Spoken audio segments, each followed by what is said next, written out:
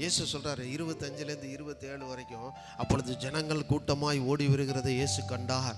அந்த அசுத்தாவியை நோக்கி, ஊமையும் செவிடுமான ஆவியை இவனை விட்டு புறப்பட்டு போ, இனி இவனுக்குள் போகாதே என்று நான் உனக்கு கட்டளையிடுகிறேன் என்று அதை அதட்டினார். அப்பொழுது அது சத்தமிட்டு அவனை மிகவும் அழகழித்து புறப்பட்டு போயிற்று.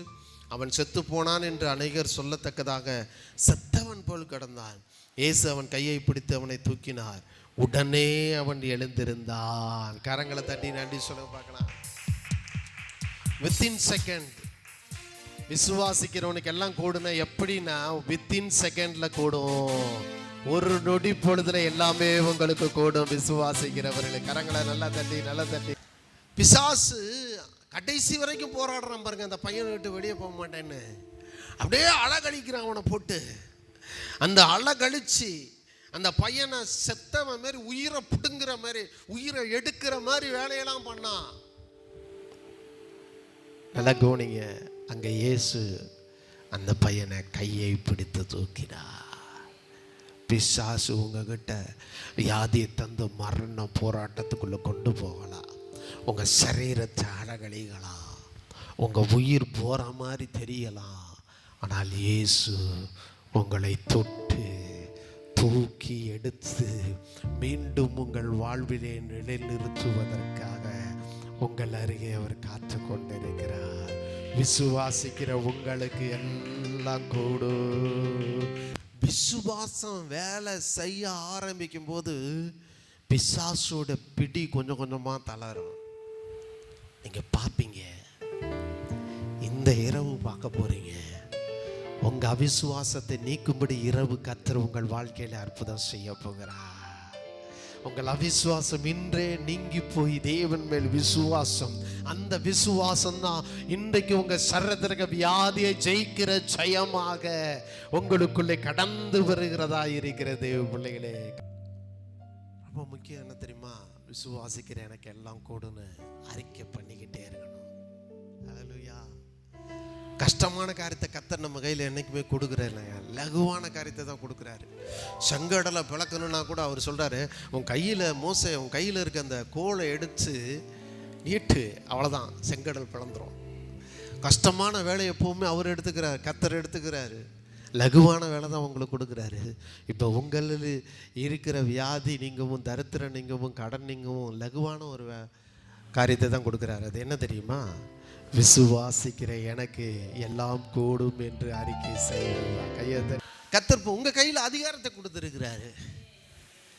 விசுவாசிக்கிறவர்களால் நடக்கும் அடையாளங்கள் யாவன தான் மார்க் 16:17 சொல்றாரு. விசுவாசிக்கிறவர்களால் நடக்கும் அடையாளங்கள்ல முதல் சொல்றாரு, என் நாமத்தினாலே பிசாசுகளை துரத்துவீர்கள். ஹல்லேலூயா. அதிகாரம் உங்களுக்கு இருக்கு. விசுவாசியுங்கள் தெய்வ பிள்ளைகளே. கர்த்தர் உங்க கையில பவரை கொடுத்துட்டு போயிருக்காரு, அதிகாரத்தை கொடுத்திருக்கிறாரு. சாத்தானுக்கு வல்லமை இருக்கிறது. அந்த வல்லமையை மேற்கொள்ளக்கூடிய அதிகாரத்தை இயேசு கிறிஸ்து உங்க கையிலே கொடுத்திருக்கிறார். கையை தட்டி. சாத்தானின் சகல வல்லமையை மேற்கொள்ளும் அதிகாரத்தை நான் உங்களுக்கு தருகிறேன்னு சொல்லி அவர் உங்களுக்கு கொடுத்திருக்கிறார். தெய்வ பிள்ளைகளே, இப்ப அந்த பையனை இயேசு சுகமாக்கும் போது நடந்தது, பிசாசு வெளியேறும் போது செத்தவன் போல கிடந்தானா. எப்படி கிடந்தானா? செத்தவனை போல கிடந்தான். அவங்க அப்பா மனசு எப்படி இருந்திருக்கும்? ஐயோ, என்னடா அது, இவரை சுகமாக்குன்னு சொன்னா ஆளைய போட்டு தள்ளிட்டாரே. சந்தேகப்படக்கூடாது. நீங்க அறிக்கை செய்து கொண்டே இருப்பீங்க, விசுவாசிக்கிற எனக்கெல்லாம் கூடும், விசுவாசிக்கிற எனக்கெல்லாம் கூடும் சொல்லிக்கொண்டே இருப்பீர்கள். ஆனால் சூழ்நிலை மாறாத மாதிரி தெரியும். ஏன்னா பிசாசு பிடிச்சிருக்கான், உட்டும்பு பிடி. அது நீங்கள் சொல்ல சொல்ல அப்படியே இந்த பிடி கொஞ்சம் கொஞ்சமாக வரும் பாருங்க. அப்படியே வெளியேறி போயிட்டே இருப்பான். அது உங்கள் கண்ணுக்கு தெரியாது. முற்றிலுமாய் வெளியேறுவான். விசுவாசிக்கிற உங்களுக்கு எல்லாம் கூடும். உங்கள் அவிசுவாசத்தை தேவன் மாலை வேளையிலே நீக்கி கொண்டிருக்கிறார். தெய்வ பிள்ளைகளே, ஹல்லேலூயா.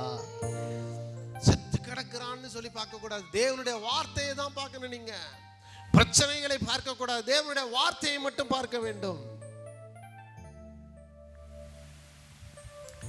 கர்த்தர் உங்கள்கிட்ட பேசுறாரு. நீ விசுவாசிக்கிறியா என்னையான்னு கேட்கிறாரு.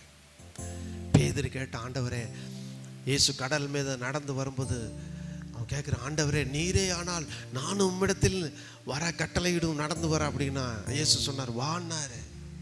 அவன் விசுவாசிச்சான், இறங்கினான், நடந்தான்.